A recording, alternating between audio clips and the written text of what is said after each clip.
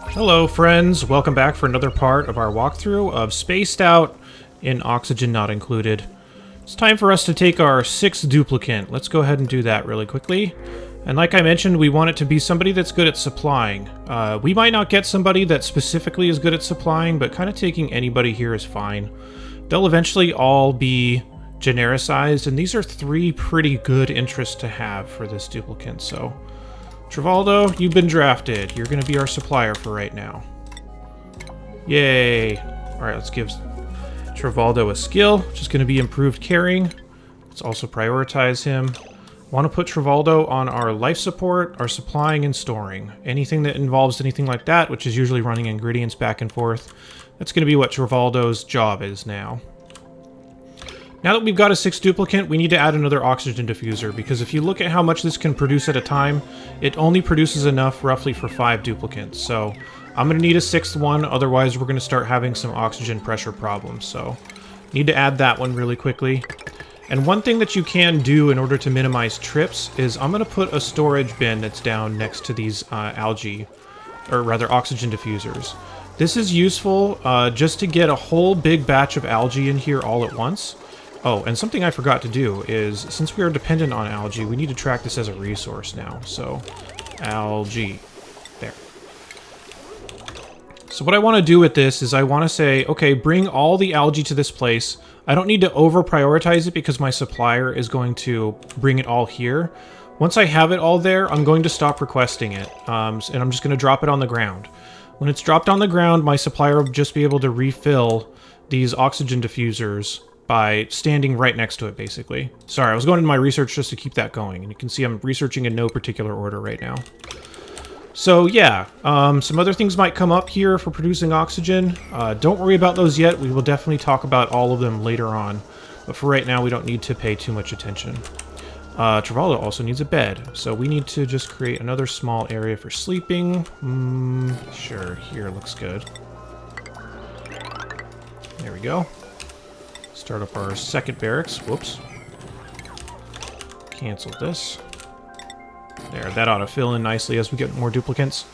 Like I mentioned, this is where I want to stop. I want to stay on 6 for a little while, and I don't really want to take any more until I'm sure that I can stabilize on our food and our oxygen for quite a long time. They're both in good shape, but I don't want to overdo it, so we might as well not. If you need to keep adding rows of food, that's fine. You just don't need, like you don't need this much area carved out for food, for example, in addition to what we already have. So you'll kind of have to get used to how much you're producing, but you don't need to produce, like, a silly amount because it's just going to start going bad if it's out there for too long. The other thing, too, is our food is now not refrigerated, so we might as well add a refrigerator for it. Oh, wait, we don't have the research for it yet. My fault. Looks like it's not going to be until we get into the advanced research, so yeah, don't worry about that for right now. The other thing that I want to do, and the other thing that you might notice, is this morale count. So your morale count's going to be okay for this phase of the game, but we do want to stay on top of it so they don't start getting stressed out and cause other problems. So what I'm going to do is I'm going to create a room here that's going to be our mess hall. And it's eventually going to turn into a great hall when we get enough things that are researched and we can add extra buildings in there that are required for it. We just don't have anything quite yet, but we'll get there. So in this mess hall, we're just going to add some basic stuff. Let me check our research really quickly to keep it going. Yep, just getting all the blue stuff. Nothing to worry about. We have our mesh tiles too. I'll talk about those in just a second. Alright, so this mess hall. We just need to add places for our duplicants to eat. So just a whole bunch of mess tables. And then eventually we're going to add a couple more buildings to this. But for one right now, we might as well just add it since we're here. Let's just add this water cooler. But the water cooler I am going to disable so my duplicants can't use it. It's only because I need some kind of recreation building to make this into a great hall eventually.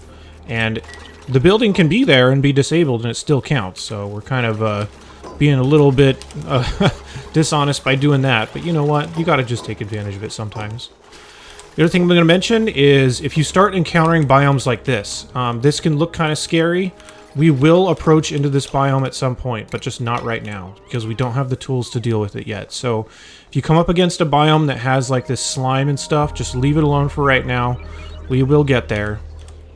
Now that we have our mess hall, if we take a look at our room overlays, Our mess hall is going to be providing a couple points of morale, 3 points. It's pretty good. That'll keep us up there for quite a while. Barracks are going to be providing 1.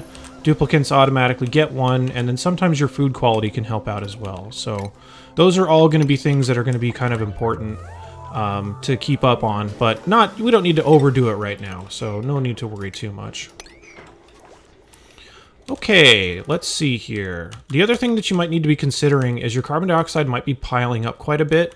This is also why we have a big area down here and a big area up here. This area I want to be as full of oxygen as possible, and this area I want to be as full of carbon dioxide as possible. Or I guess not really as full, I just want it all to go there. But if I start running out of space, then I'm going to basically widen this area so that more carbon dioxide can flood down here over time. Check this out. Clear our alerts. Okay, a couple other things that I want to talk about, one of which is these mesh tiles.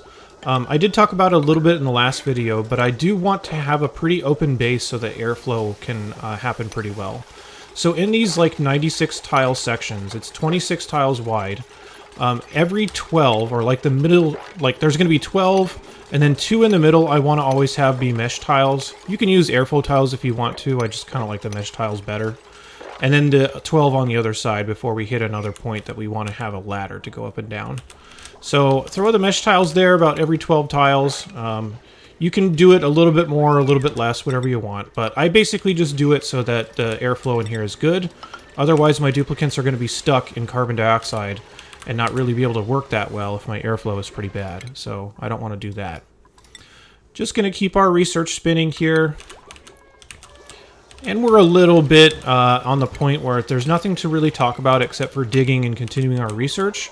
So let's do what we typically do when we hit this type of points, and we will take a, or rather we'll fast forward into the next little part. So I'll be back in just a sec. Okay, like I mentioned with this bin that's going to be requesting all of our algae, once it's pretty full, just deconstruct it and leave the algae on the ground here. It may get eaten up a little bit by this hatch. I'm not too worried about that. We'll deal with that in just a little bit.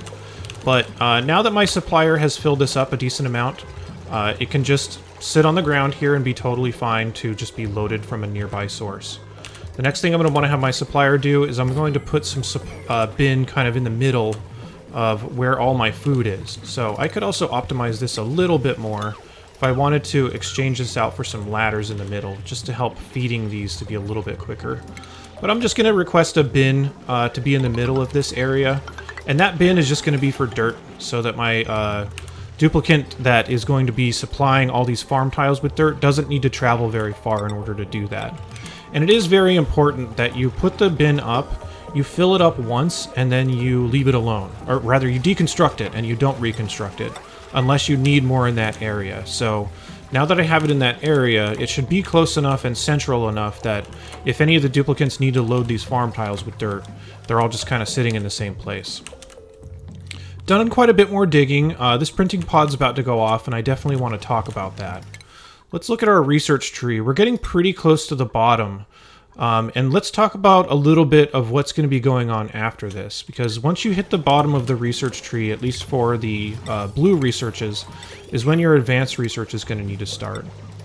In preparation of that, I'm going to start a building called a rock crusher, and the rock crusher is going to be so we can start refining some metal, because that's going to be important for the next stage of what we do.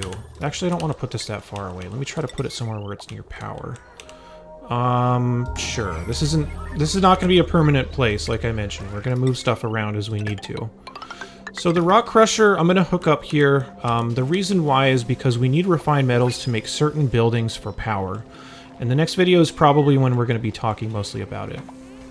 Like I mentioned with this printing pod, we only want to stay at 6 duplicants right now. So just take anything else here that might seem useful. Of course, a pom-pom knit sweater is a very useful thing. I'm being very sarcastic. Just put it on somebody so that they like to wear it. Also, make sure you're keeping up on your skills. And again, for their roles should make their skills pretty obvious.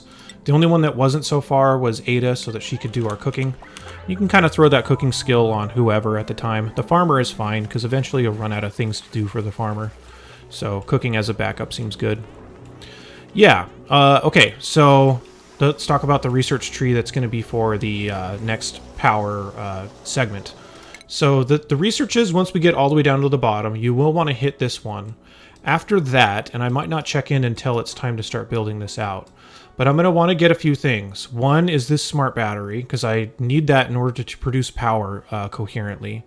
And another one is this heavy watt wire. We're going to start setting up a more elegant power network in the next video. The other things that you could get started on are some of these food ones and some of the ranching ones, because those are going to follow up pretty quickly after that.